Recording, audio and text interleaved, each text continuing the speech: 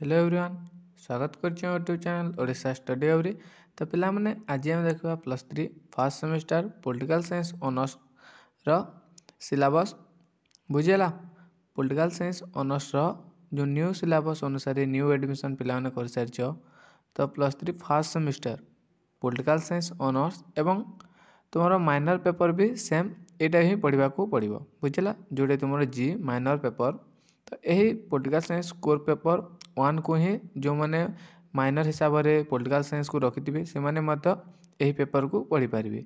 तो देख कौन सिलेबस रही है। तो देख प्रथम यूनिट जोटा कि उपक्रम इंट्रोडक्शन बुझेला। तो जो मैंने चैनल को प्रथम थर आसते चैनल को सब्सक्राइब करदेव, बेल आइकन को प्रेस कर ऑल नोटिफिकेशन ऑन करदेव, जहाँद्वारा परवर्ती वीडियो आप सर्वप्रथम पाइपर। तो चलते आरंभ करवा। तो देख पे प्रथम यूनिट रही है उपक्रम जोटा कि इंट्रोडक्शन।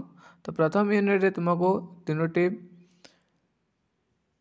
चैप्टर पढ़ा हम। तो देख प्रथम अच्छी राजनीतिर अर्थ कौन, राजनीति कौन, राजनीतिर अर्थ कौन बुझेला।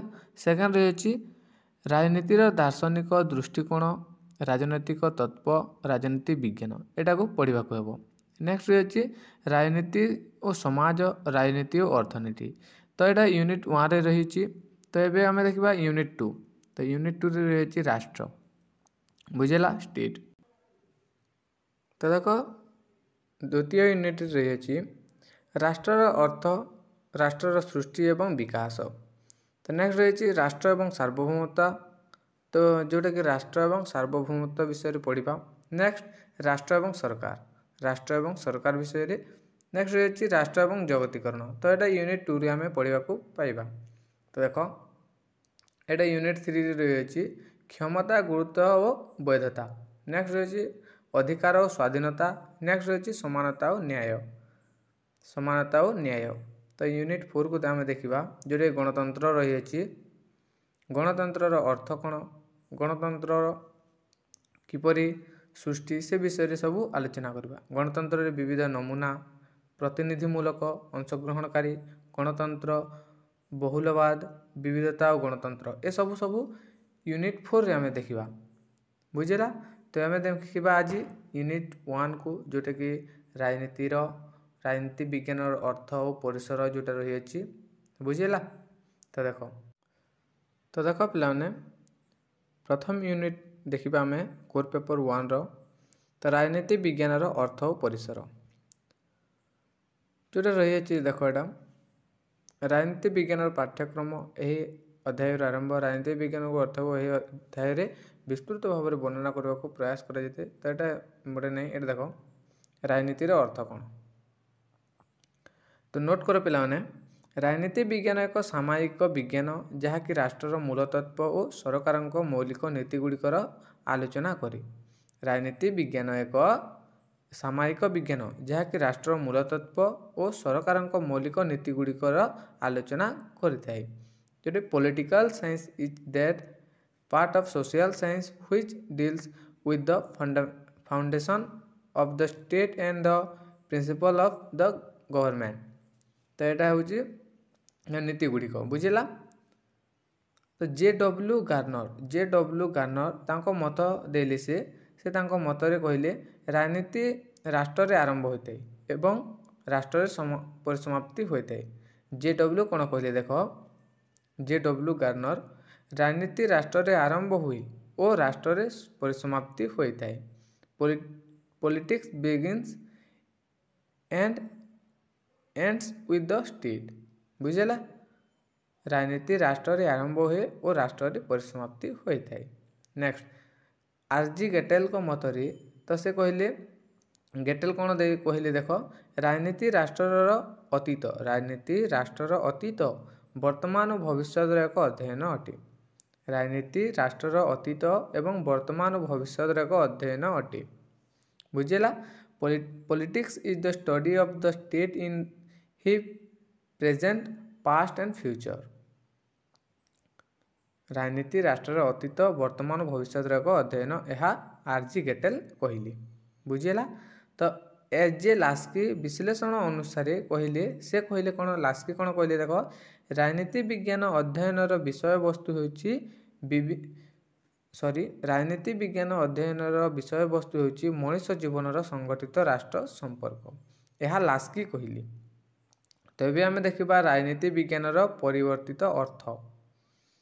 तो राजनीति शब्दटी ग्रीक भाषा पोलिस शब्द रु आसीअछि जार अर्थ होची नगर राज्य।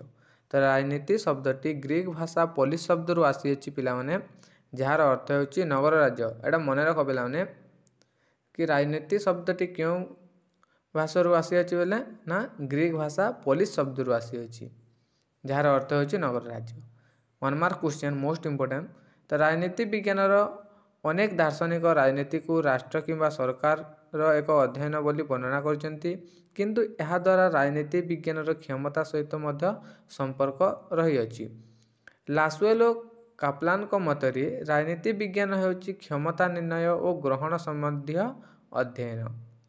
बुझेला लासवेलो काप्लान को मतरे राजनीति विज्ञान होची क्षमता निर्णय और ग्रहण संबंधी अध्ययन।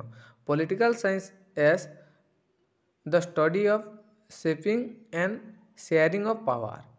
तो यह लासवेलो काप्लान कहली। नेक्स्ट होची देखो राजनीति विज्ञान उभय राष्ट्र क्षमता संबंधी एक अध्ययन। राजनीति विज्ञान होची उभय राष्ट्र क्षमता संबंधी एक अध्ययन जहाँ हेले मध्य राजनीति विज्ञान क्षमता संबंधी तथ्य आलोचना समय रे आईन सिद्ध क्षमता उपरे अधिक गुरुत्वपूर्ण देइथाय। विज्ञान एक प्रणालीबद्ध अध्ययन जहाँ पर्यवेक्षण और परीक्षण माध्यम होता है। तेणुक राजनीति विज्ञान राष्ट्र और क्षमता संबंधी तथ्य विषय आलोचना करने बेले यही समस्त दिग प्रति दृष्टि देइथाय। आम राष्ट्र और क्षमता संबंधी तथ्य परवर्ती अध्याय रे आलोचना करबा। देखो तो राजनीति विज्ञान उभय अभिज्ञता सिद्ध घटनावली अटे। राजनीति विज्ञान उभय अभिज्ञता सिद्ध घटनावली एवं आदर्शमूलक आलोच्य विषय उपर आलोचना करिथाय। घटनावली कौन होइछि व्हाट इज तो कौन होइछि उपरे गुरुत्व देवा बेले मूल्यबोध भित्तिक नीतिवाद कौन हेबा उचित व्हाट आउट टू बी। तो यह उपरे गुरुत्व प्रदान करते। उदाहरण स्वरूप जदि तुम्हें जड़े कहे भारत में संसदीय गणतंत्र व्यवस्था प्रचलित तेबे से अभिज्ञता सिद्ध घटनावली तथ्य उपर आधारित करी एपरी कहिसेंती। तो जदि तुमको जड़े कहे भारत में संसदीय गणतंत्र व्यवस्था प्रचलित तेबे सही अभिज्ञता सिद्ध घटनावली तथ्य उपर आधारित करी एपरी कहिसेंती। जदि जड़े कहे भारत राष्ट्रपतीय गणतांत्रिक व्यवस्था को परिवर्तन करवा उचित तेबे ताहा आदर्शमूलक आलोच्य विषय हेबो। बुझेला। तो राजनीति विज्ञान राष्ट्रर घटनावली उपर आलोचना करने पसंद करे नहीं। राजनीति विज्ञान राष्ट्रर घटनावली उपर आलोचना करने पसंद करे नहीं किंतु यार अग्रगति बा परिवर्तन उपर आलोचना करने चाहिए। यार अग्रगति और परिवर्तन उपर आलोचना करने राजनीति सबुले चाहिए। अभिज्ञता सिद्ध आलोचना सत्य बा मिथ्या उपरे होई पारे ताहा पर्यवेक्षण तथ्य उपर निर्भर करथाय किंतु मूल्यबोध भित्तिक आलोचना सदा सर्वदा आदर्शगत जहाँ सर्वदा सत्य बा मिथ्या उपरे पर्यवसित नुहे। तो बुझेला। तो यहाँ थिला तुमर +3 first semester political science honours core paper 1 रो यूनिट 1 जोटा कि इंट्रोडक्शन रही। बुझेला। राजनीति विज्ञान अर्थ और परिसर। तो आशा करूँ भिडियो भल लगे। भिडियो गलती तुम सांग साथी मान शेयर करदेव जहाँद्वारा से उपकृत हो पारे। धन्यवाद।